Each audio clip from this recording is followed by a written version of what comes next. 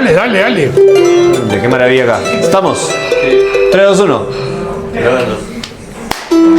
Nos encontramos con uno de los charanguistas más importantes de la escena peruana. Con ustedes, Chano Díaz. Un gusto estar aquí con Chano ustedes. Díaz Límaco. Eso, el apellido materno es el importante porque venimos de una tradición extensa de músicos, de poetas, de locos, antropólogos y tal. De familia que viene originalmente de Quino, que es un pueblo que está aquí a 40 minutos. Ok, bueno, justamente me gustaría comenzar esta entrevista entendiendo lo que forjó el caldo primigenio de lo que es ahora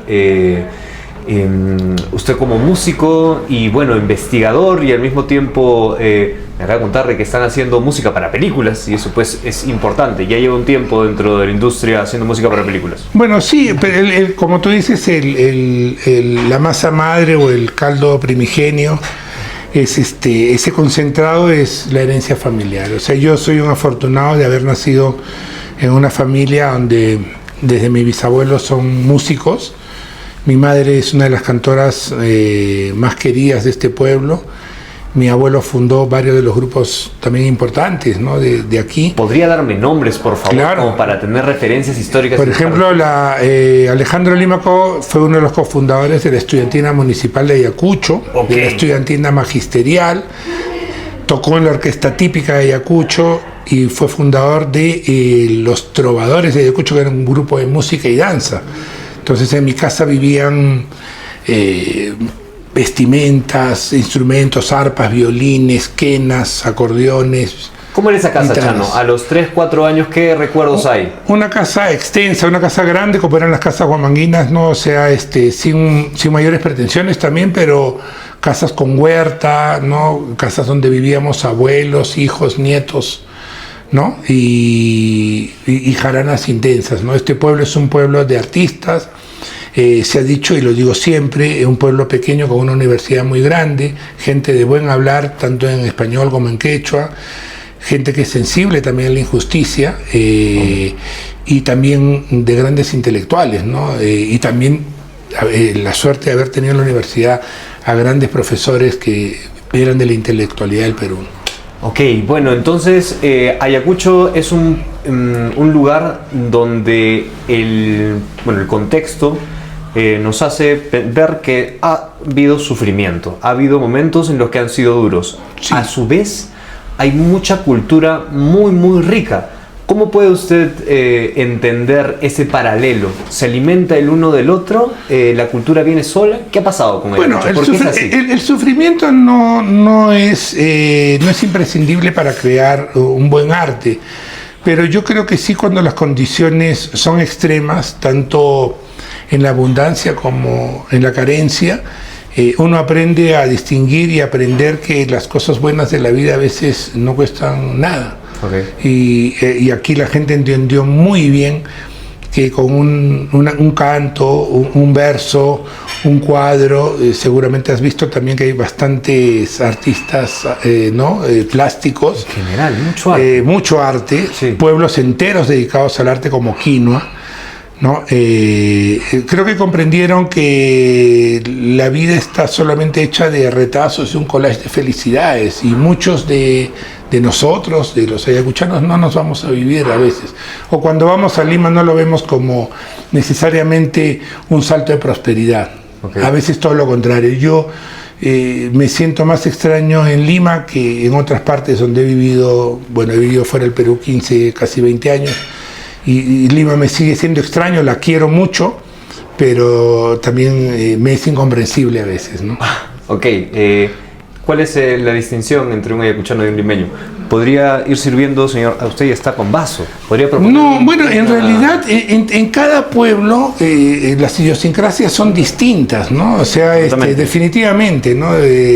Yo creo que ahora que han estado todos ustedes, tú con tu gran equipo, visitando las calles y los artistas, se han dado cuenta que hay mucha vanguardia musical que ya no quiere irse, o sea que los jóvenes, pero esto no es nuevo. Muchos de mis amigos de promoción, yo ya que voy más de medio siglo andando por esta dimensión, muchos de mis amigos nunca quisieron irse de acá. y respetan esa decisión, ¿no? O sea, yo creo que la patria más linda de cada uno es donde uno viene, donde están sus afectos más sentidos, ¿no? Entonces no hay diferencia entre el ayacuchano y el limeño, hay diferencia simplemente entre las muchas naciones que somos ese gran rompecabezas, ese pedazo de tierra llamado Perú. Ese pedazo de tierra llamado Perú. Bueno, un salud por ese Por favor, y aparte, claro. por ese Bienvenidos a todos ustedes. Salud. No, gracias Salud, por estar señores. aquí. Siempre nos gusta tratar y atender bien a la gente que tiene alguna curiosidad, ¿no? Porque de todas maneras creo que cada pueblo tiene algo que contar y una manera distinta de entender el mundo. Y curiosidad hay y mucha, y vamos a hablar de ese instrumento que tiene entre brazos. Que es tuyo, el mío se quedó desafinado por ahí, pero bueno. Sin embargo, hombre, lo ha agarrado y nunca lo he escuchado sonar tan bonito, a ese pequeño. Bueno, el charango en Huamanga tiene más de 300 años de historia. Es un instrumento que lo usaron mucho los arrieros. Hay una ruta desde la época colonial en que se transportaba el azogue o el mercurio, y la ruta es Huancavelica, Apurímac, Ayacucho, Puno, Bolivia, hasta el norte de Argentina y el norte de Chile, lo que es el norte de Chile ahora. Entonces, en toda esa ruta hay charango. Ok, la inspiración principal para el charango en la gente que en ese tiempo no había, o sea, no había un instrumento como ese, ¿cuál fue? ¿Habían otros instrumentos parecidos? Claro, o sea, lo ¿Qué que había? llegó aquí a Perú, bueno, y en general América, fueron las guitarrillas o las vihuelas españolas, que eran como unas guitarras pequeñas, entonces Ok. muy parecidas al charango. Y en el tiempo de extirpación de idolatría se prohibió el uso de instrumentos nativos, y también se le prohibía al hombre andino el aprender la guitarra. Entonces, ¿qué hicieron? Simplemente la empezaron a encoger. Ok. Para que vaya debajo del poncho, para que vaya caleta, ¿no?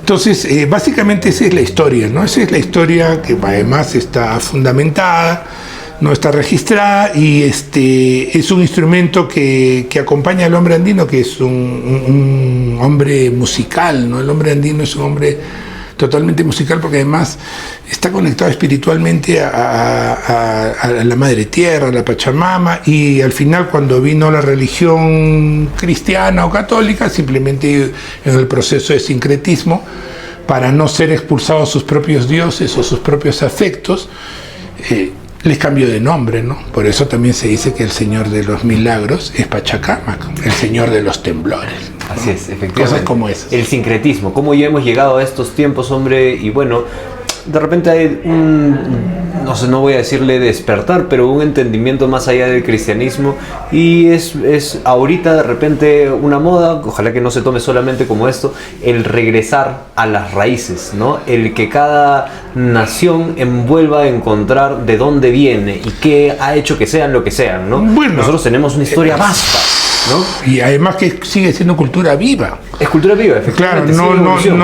en muchas de las culturas del mundo ya pues no existe, por ejemplo, en Italia la reminiscencia de lo que es una cultura del Imperio Romano. En cambio, nosotros sí tenemos eso. Tenemos tonadas que son prehispánicas, danzas que se han sincretizado de alguna manera, ¿no? Entonces, somos realmente, tú siendo músico también, yo creo que mucho más que nuestra gastronomía, la música tiene un profundo poder y un profundo qué decir ante el mundo, porque son músicos magníficos. Para contarte algo pequeño, por favor. Una de las grandes violinistas de Perú, que es María Elena Pacheco, me decía hace muchísimos años, cuando estábamos haciendo la película Sigo Siendo con Javier Corcuera, que transcribir cómo tocaba Chimango Lares el violín era transcribir a un genio, era dificilísimo. Entonces, si alguien que ha estudiado 30 años en los mejores conservatorios de Europa te dice eso, entonces creo que el Perú debe entender que nuestros grandes referentes no vienen de la música académica, todo lo contrario, de la música popular, que es un legado ancestral. De acuerdo, qué maravilla. Bueno, qué bien, gracias por dejar esos datos. Gran frase, me quedo esa, ¿no? De que la música puede ser hasta más potente en el caso de la gastronomía en el Perú, ¿no? Estoy absolutamente seguro y me gusta comer bien. Golpe duro, ¿eh? Sí, sí. Eso está demostrado. ¿Platos favoritos de escucharnos como para mí, la sopa de mondongo, que ojalá que se queden para el domingo, ¿Ya? que es la sopa que le dicen en otros lados de mote, pero aquí se hace de una manera muy especial. Bueno. ¿No? Una de esas, el japchi, que es algo muy simple, es papa con queso. Una cosa sencillísima y maravillosa, ¿no? Belleza. Entonces hay una gastronomía impresionante, ¿no? En el japchi se pronuncia, Sí, ¿verdad? sí. Hay un nivel de detalle interesante, Sí, ¿no? hay pequeñas cositas, parece muy simple, pero hay una cebollita china, hay un poquito de varios ajíes, ¿no? Okay. Hay un poquito de aceite, ¿no? Y la manera de desmenuzar el queso, ¿no? Que además es un queso especial que se llama cachipa. Cachipa, maravilloso, hombre, entendiendo de gastronomía y de música, Sí. Chano. Cuéntame, por favor, ¿cuándo fue el momento en el que el charango se convirtió en instrumento principal? ¿Para mí o para el mundo? Bueno, para mí, aquí nuestro primer amor siempre es la guitarra. Nosotros somos un pueblo de guitarristas, de solistas de guitarra además. O sea, nosotros... De buena guitarra. Lo primero que aprendemos es a tocar la guitarra solo, o sea, a 10 dedos, ¿no? 10 dedos. ¿No? Entonces, eso es lo primero. Es lo primero. O sea, en las familias musicales, ahorita que estamos en el Mestizo, que es también una de las cunas musicales de una familia muy querida, los Guzmán, hay muchos ayllus, familias musicales, y nuestro primer amor es la guitarra. Luego por el carnaval todos tocamos quena también, y luego ya cada uno se va decantando, ¿no? Entonces, como mi familia eran todos músicos, entonces no había sitios para tantos guitarristas. Entonces ya en la universidad me empecé a acomodar dónde entro, porque obviamente cuando eres músico lo que quieres es tocar. Entonces tenía mis tíos que tocaban muy bien, mi abuelo que era solista de guitarra. Entonces, ahí llegó el charango. Ahí llegó el charango, para distinguir. Y no para poder entrar, para poder participar, ¿no? Para poder ser parte de la familia. Y luego ya se convirtió en mi compañero de vida, ¿no? Oh, ¿cuánto tiempo? De músico, más de 40 años. Qué maravilla, ¿no? Esos primeros años son muy alimentadores para el resto, ¿no? Al llegar a Ayacucho, ¿qué se siente después de haber estado por el mundo yo llego siempre, yo llego para carnavales, toco siempre, claro. Llego para Semana Santa, para Todos Santos, llego muchas veces porque es recargar, ¿no? Es estar en el sitio donde están mis afectos, mi manera de pensar, mi manera de sentir la música también, porque realmente, o sea, Lima también, una gran urbe, pero su entender musical es un poco más occidental, ¿no? Entonces, a veces en las escuelas más formales se piensa que la técnica es lo más importante y no. O sea, siempre para nosotros es que el músico toque de su propia manera, que no imite a nadie y que tenga algo que decir, algo que transmitir, una emoción que pueda conmover. Entonces, cuando llegas a eso, el pueblo te hace tuyo, y si el pueblo te hace suyo, o sea, es la felicidad más grande.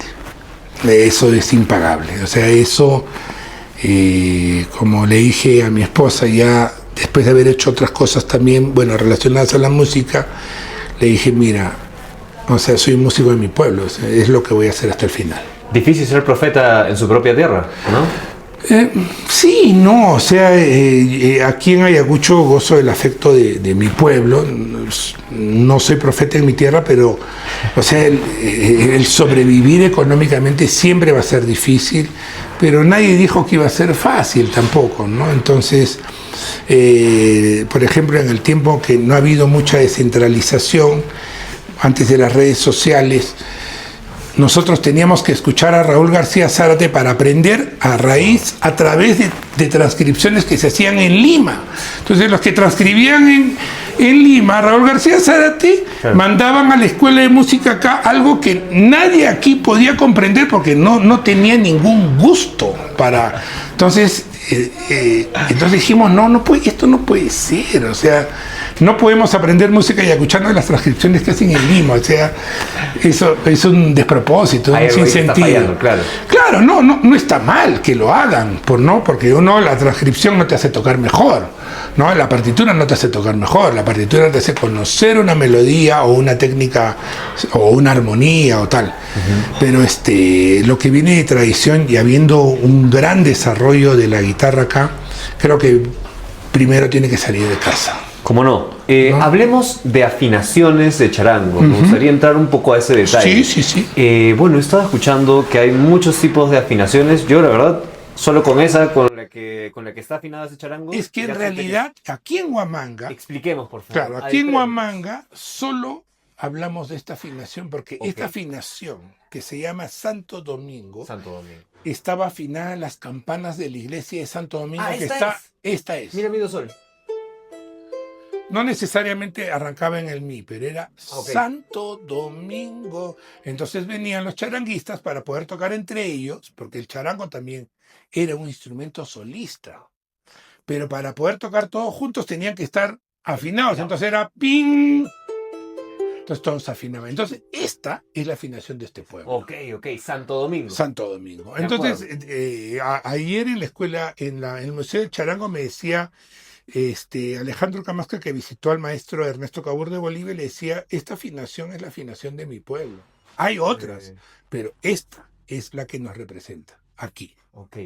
¿De cuando en cuando utiliza otras afinaciones? Yo ya no, ninguna otra, no. ¿Alguna en algún momento le llamó mucho la atención? No, lo que hay es, se transporta y se hacen charangos de diversas afinaciones, pero lo que sí usamos nosotros afinaciones muchísimas es en la guitarra. Ok. Pero en el charango en Huamanga se toca con esta afinación. Vale, de acuerdo. Pero como solista, o sea, porque en el sur tocan guitarra y charango, aquí no, aquí nosotros tocamos...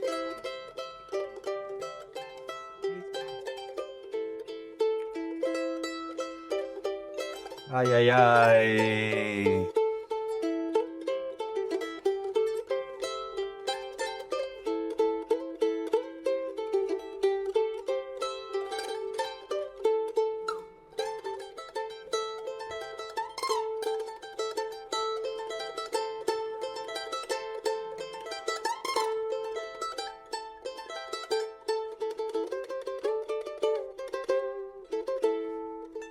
Esa es la afinación que tomamos.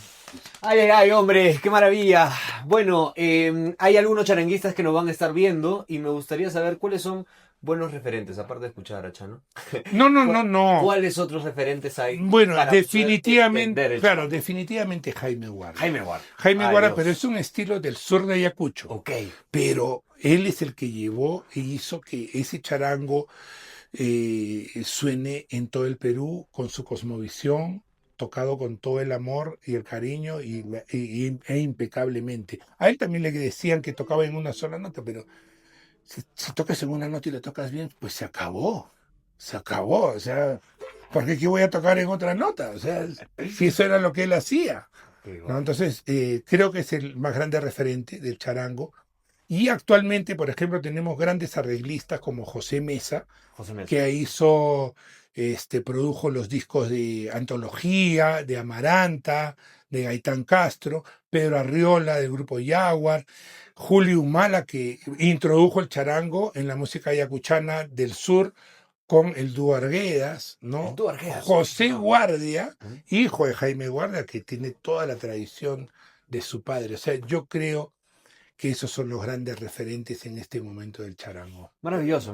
Bueno, un saludo más por favor. Ese demostrar y aparte por esos referentes que estoy seguro le va a servir a mucha gente como uno mismo que está en el camino. Sí, yo creo que escúchenlos, también hay muchísimos otros más, está Freddy Gómez, está el Puca, están muchísimos más, ¿no? Que tienen que han propuesto cosas distintas, ¿no? Porque de eso se trata. Arturo Valdés del grupo del Pueblo del Barrio hizo cosas impresionantes con el charango en los años 80.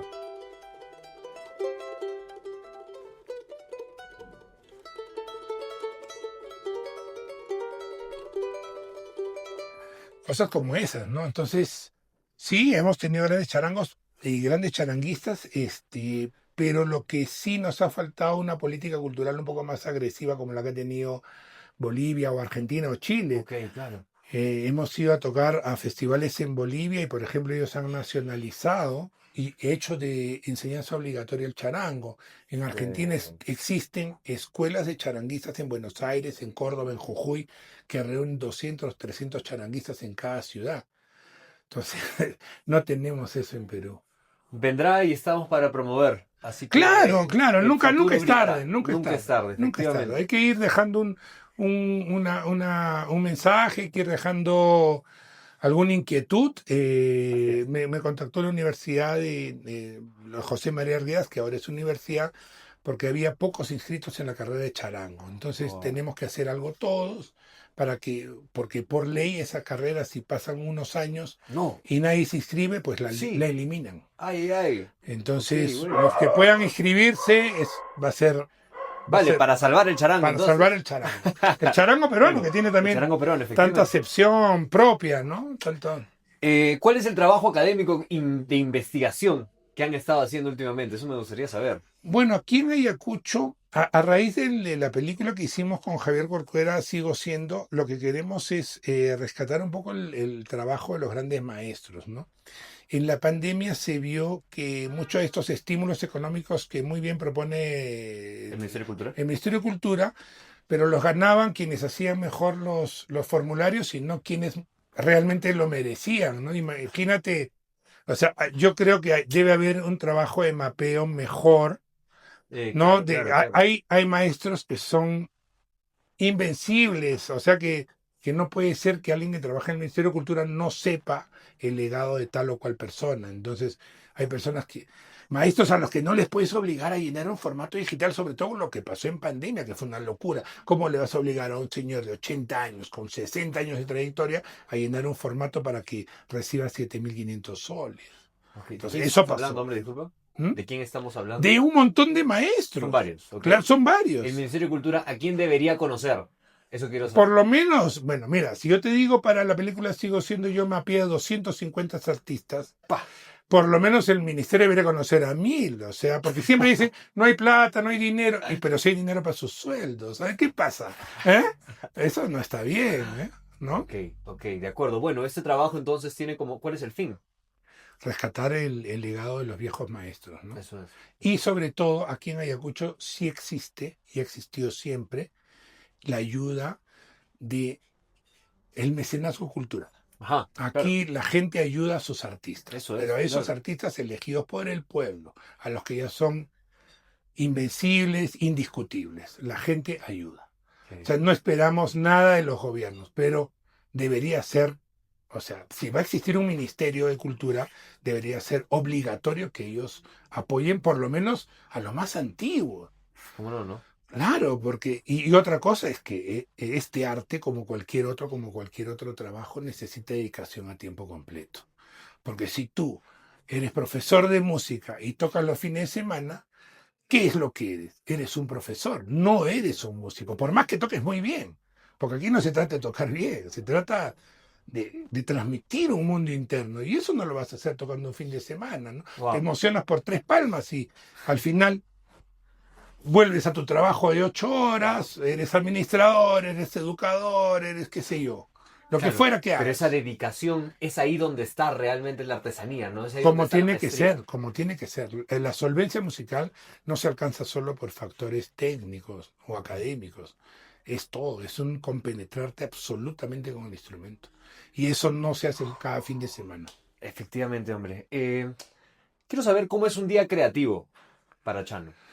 Bueno, tengo la suerte de haber trajinado algunos otros mundos y tengo estudio en casa, entonces si un día no tengo trabajo oficialmente de ir a tocar o qué sé yo, o lo que fuera, pues me pongo a componer, he hecho mucho música incidental, así que tengo que cumplir mi horario de trabajo, que son 8 horas, que incluyen las 3 o 4 mínimas de ensayo, ¿no? Qué maravilla, hombre. Claro, claro. Claro, o Eso sea, es, eso, es una vida dedicada por completo a la ahí música, se puede pintar bien. Ahí claro. hay una mano que tiene un pincel avanzado. Eso Y está bueno. creo, yo no creo mucho en supersticiones, pero creo en el trabajo. De alguna Ahí manera está. el trabajo hace que alguien vea alguna cosa de las que haces y y te ofrecen alguna remuneración por alguna u otra cosa, ¿no? Entonces, creo que el trabajo constante es lo que hace la diferencia en el músico.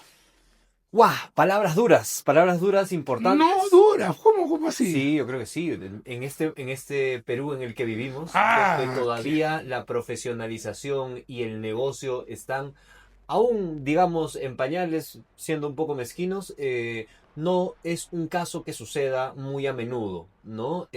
A veces los grandes maestros, lamentablemente, tienen que hacer otras cosas para poder solventar los gastos y vivir una vida digna, ¿no? sí, justamente, pero en ese vaivén y en esa cuerda fina es que pueden perder el título de grandes maestros. Sí, crispante eso. Hombre, ¿qué le podría decir a esa gente que se quiere mantener creativa y que de repente está buscando un espacio dentro del mundo del arte?